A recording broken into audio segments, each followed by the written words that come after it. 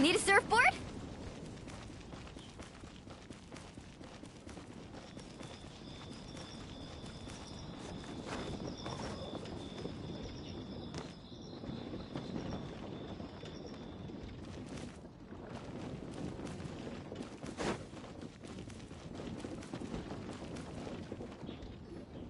Traveler, Paimon! What a sight for sore eyes! Ah, and the little dragon from the fairy tale world. I heard your voices calling out to me on the wind. Something about needing help with a riddle? Sorry to disturb you, Lord Barbados. Disturb me? Not at all! To tell you the truth, I'm just as curious about this riddle as you are. Let me take a look.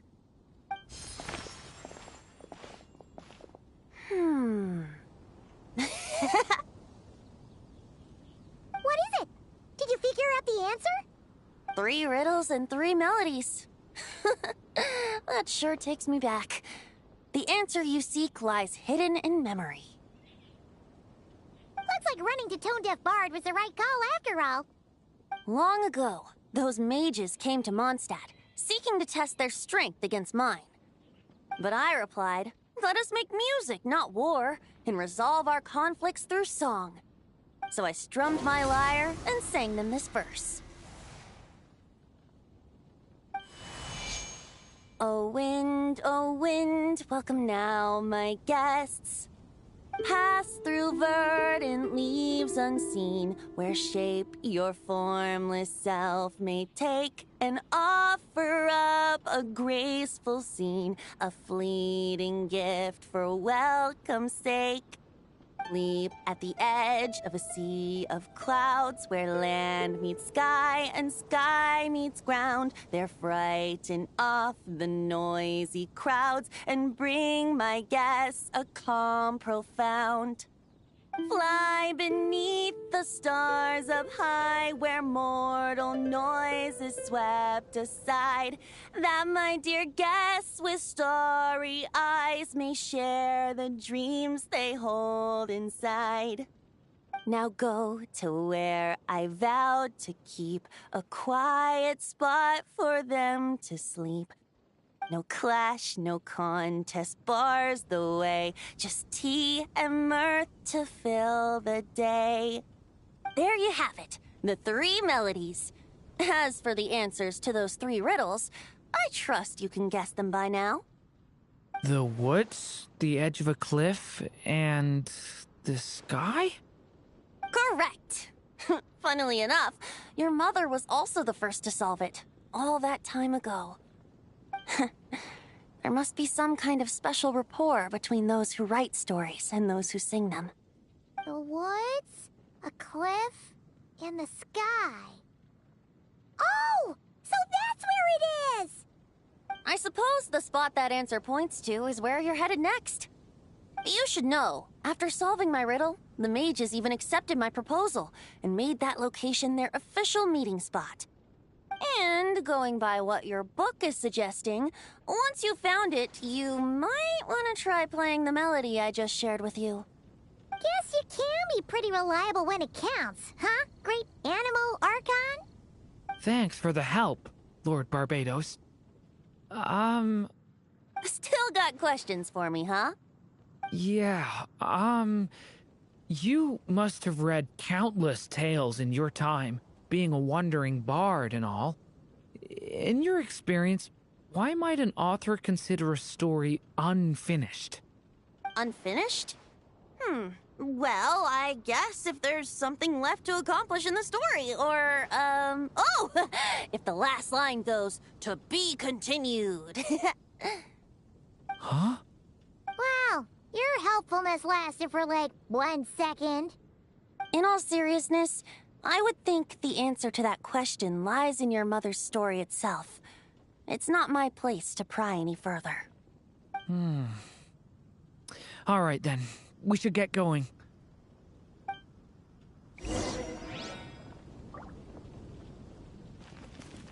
Okay,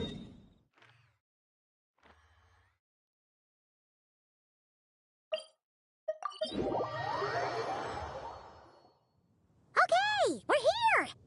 Now, we just need to play play the 3 melodies, and we should be able to gather the memories for the next chapter, right? A musical performance? Huh. Out of all the things Miss Lisa has taught me, that's the one I'm worst at.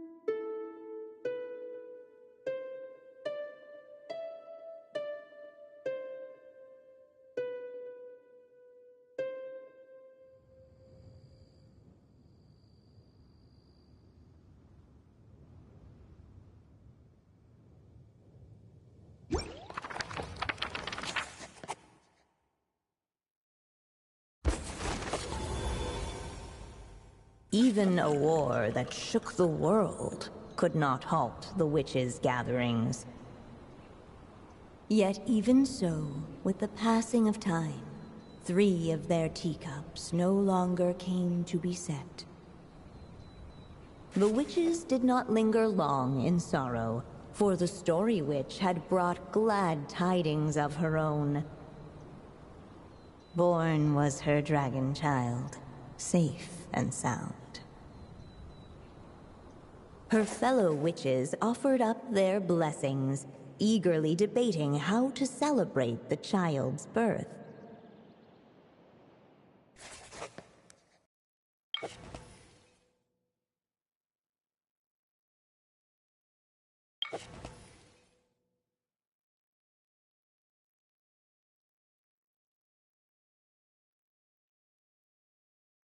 In the end, they settled on the most vibrant balloons they could find. After all, what could be more joyous than the arrival of new life? And so, the witches' gathering turned into a birthday celebration.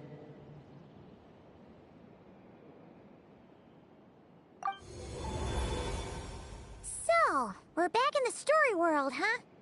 As if from nowhere, new guests appeared at the witches' table. Perhaps they too had come to celebrate the dragon child's birthday. Yet while everyone else was busy thinking about what kind of gift to offer, these 3 seemed to have come empty-handed. Hardly the recipe for a warm welcome to a birthday party, now is it? A gift? Hey, what's this all about? We only just found out this was a party. While the guests voiced their complaints and grievances, perhaps they should have been wondering what kind of gift to give instead. So, we need to bring a gift to advance the story? Ah, but where are we supposed to get something like that? Perhaps it would be a good idea to have a look around. Why didn't you just say so?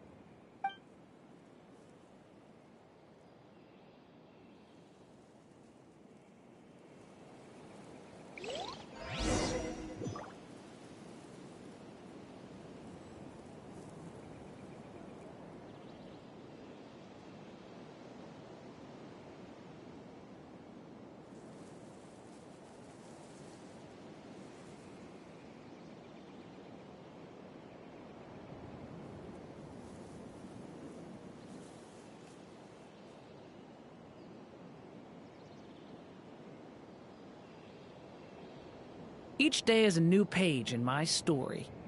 I want to savor every scene, every footnote, before I turn to the next one.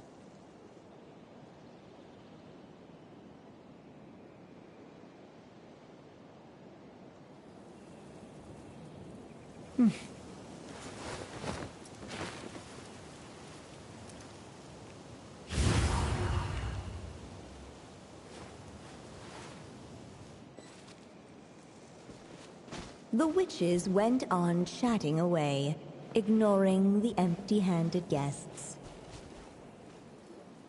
Hey! Could we use these as gifts, maybe? At last, the guests found something to give the dragon child. Guess that's a yes, then. Which one should we go for? Still, the guests wondered, what kind of gift might the little dragon really want? Should they put a warrior's sword in his hand and send him out on an unstoppable quest to save the world? Or perhaps a wandering hero's slingshot and the promise of a life of endless, uncharted adventure? Or maybe even a scholar's tome and the chance to take on all the world's unsolved mysteries. Okay. Wow. That's a lot of pressure all of a sudden. Oh yeah! Technically, we're actually picking a gift for you. So, which one would you prefer? You want... Wow, this feels kinda special. How come? For as long as I can remember, I've spent most of my time living in the stories my mother created. I always thought my mother had everything written out for me already, just like the toy figures in Constellation Metropole. What I wanted to do with my own future. Huh. That's something I've never really thought about.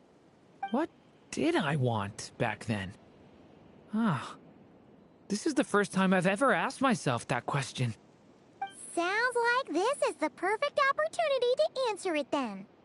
It's been a while since you left Simulanka, and after everything that's happened, it might be about time to start thinking about your future. Then let me give it some thought.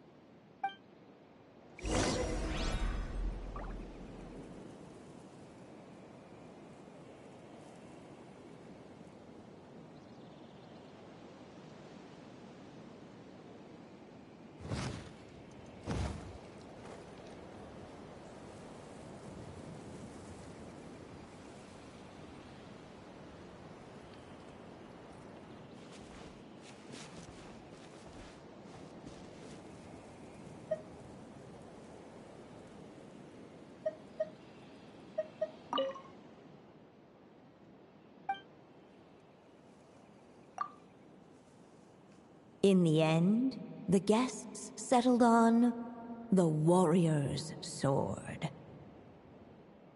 So, your dream is to become a warrior?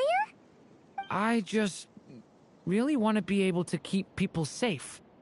If my time in Nodcry taught me anything, it's that a lot of problems in this world can only be settled by strength of arms. As long as I can help people, that's enough for me. Really? But I don't think it's enough.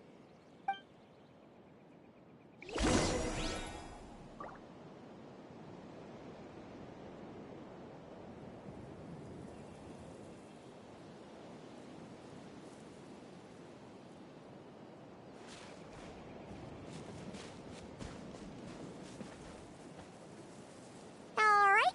They should let us in now that we've got a gift, right? Hello there.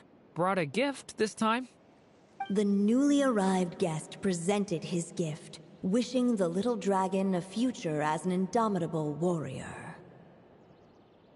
Accepting the guest's blessing, the Story Witch invited him and his friends to take their place around the table.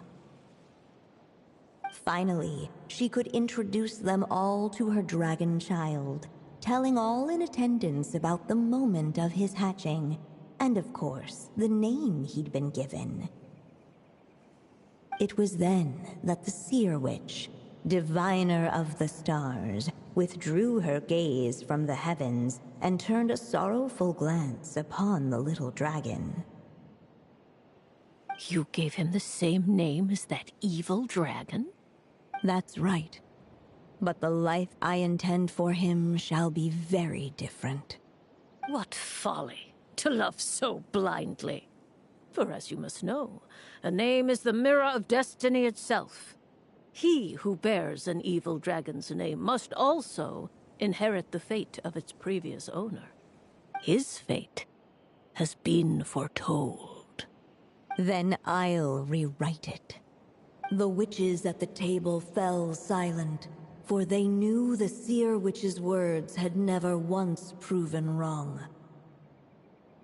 Yet, just as clearly, they recognized the story witch's resolve, for there is scarce a force in this world more fearsome than a mother's love. At last, the Merry Witch stepped forward, dispelling the uneasy silence. So be it. Then we'll all lend a hand. Together, we shall rewrite this child's fate. You mean to defy one of the fundamental rules of this world?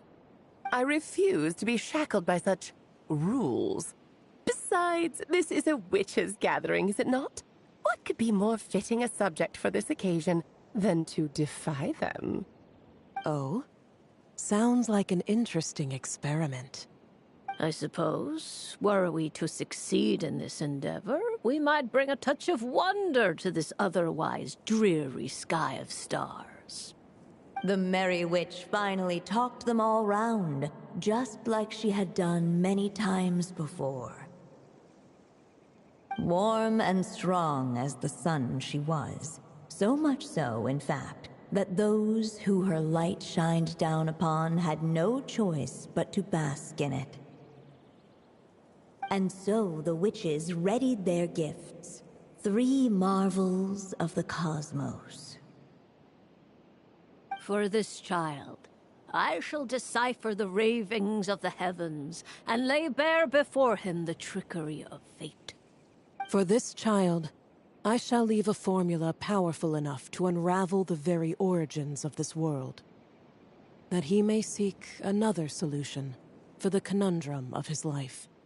For this child, I shall call upon wondrous magic to make possible his impossible wish. All the Story Witch had was the pen in her hand, yet with the love that flowed from it, she resolved to bring forth a marvel of her own. For this child, I shall leave behind the last story I will ever write, and with it, a path to an ending yet untold. With the witch's blessings given and received, the little dragon's fate at last began to turn. In the midst of the dragon child's birthday celebration, the seer witch proclaimed her prophecy. The child had been given the evil dragon's name, and with it, the burden of its fate. But hearing this, the Story Witch vowed to rewrite it all, for such was her love and resolve. And so the other witches offered their gifts in turn, marvels as rare as any in the cosmos. Together, they sought to test one of the fundamental laws of this world, in part to support a mother's love, and in part to sate their own curiosity. Oh, and I almost forgot. Our new guests came bearing blessings of their own. Who knows? Perhaps this extra bit of courage might be all the little dragon needs to change his fate.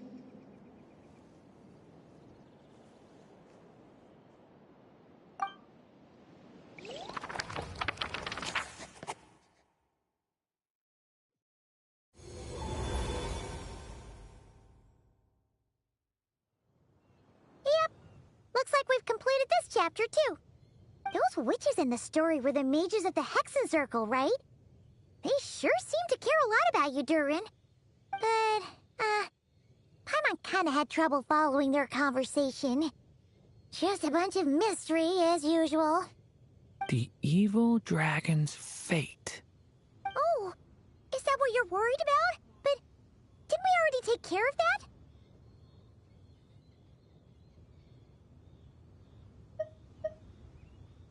Ah, the mages must have had a hand in that, too. Also, I was just thinking, which part of the story are we even meant to be completing? Oh,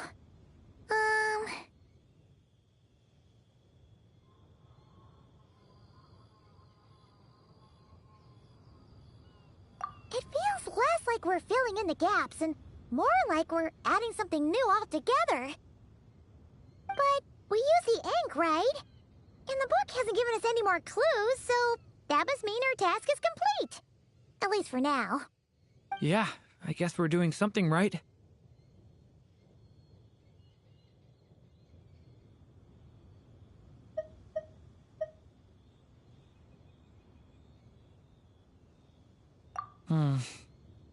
Maybe I'm overthinking things. It's just... this is my mother's final wish. So I don't want to mess it up. Anyway, thanks for all your help. I'll let you know as soon as the book reveals a hint about the next chapter. Okay then. See you in the next chapter.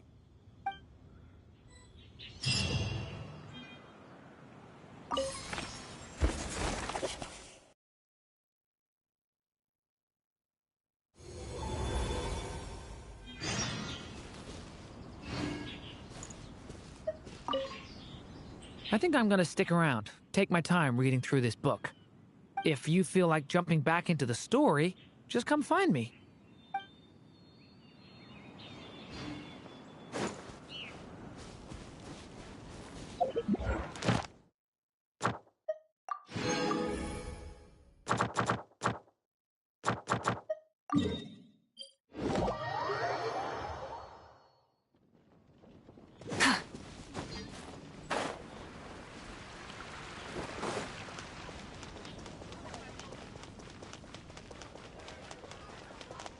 Ad Astra. Thank you for